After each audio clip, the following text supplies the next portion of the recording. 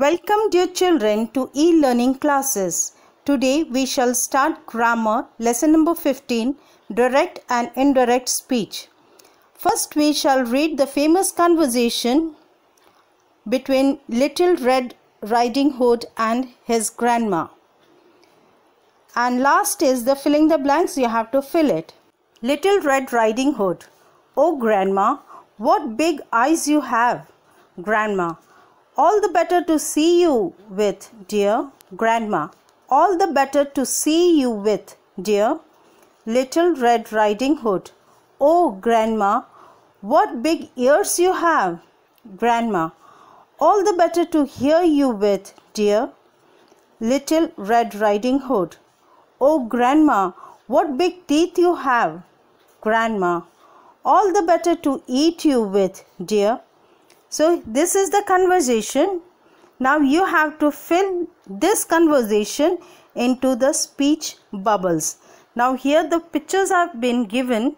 Now you have to fill in the speech bubbles. Now in the first speech bubble, Little Red Riding Hood is saying, "Oh grandma, what big eyes you have." So the fox is replying, "All the better to see you with, dear." Now here the fox is trying to play with Little Riding Hood. Riding Hood, he doesn't know that this fox is in place of his grandma. The second speech, "Oh grandma, what big ears you have." So the fox is replying, "All the better to hear you with, dear."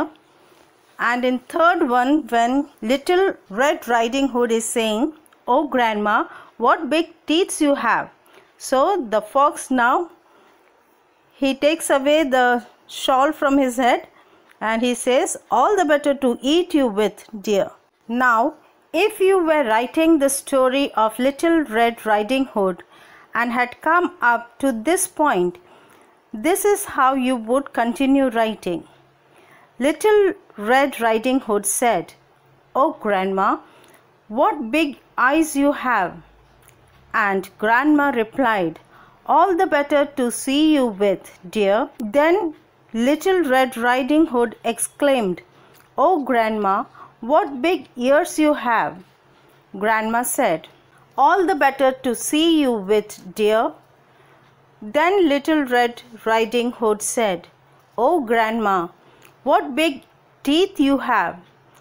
Grandma answered, "All the better to eat you." Now did you notice whenever you had to show that someone has said something, you began with the sentence with quotation mark. And this quotation mark starts with the sentence and end up till the person who is talking. Now this quotation mark is used when a person is saying something. In Roman number 2, rewrite the words spoken by each of these people in the pictures given below as sentence with quotation mark. One has been done for you. First speech bubble is, "Are you packing jam sandwiches for me, Tina?" That is the speech bubble. Now in direct speech it will be like that. Tina said, after said there will be a comma. "Are you packing jam sandwiches for me?" That will be in quotation mark. And there is a question mark. Second, "It is raining heavily outside." That is the speech bubble said by Rita. So answer will be, Rita said, after said there will be a comma. "It is raining heavily outside." So that will be in quotation mark.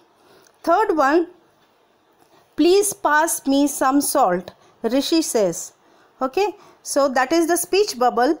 So in direct speech it will be, Rishi said, after said there will be a comma, "Please pass me some salt." That will be in quotation mark.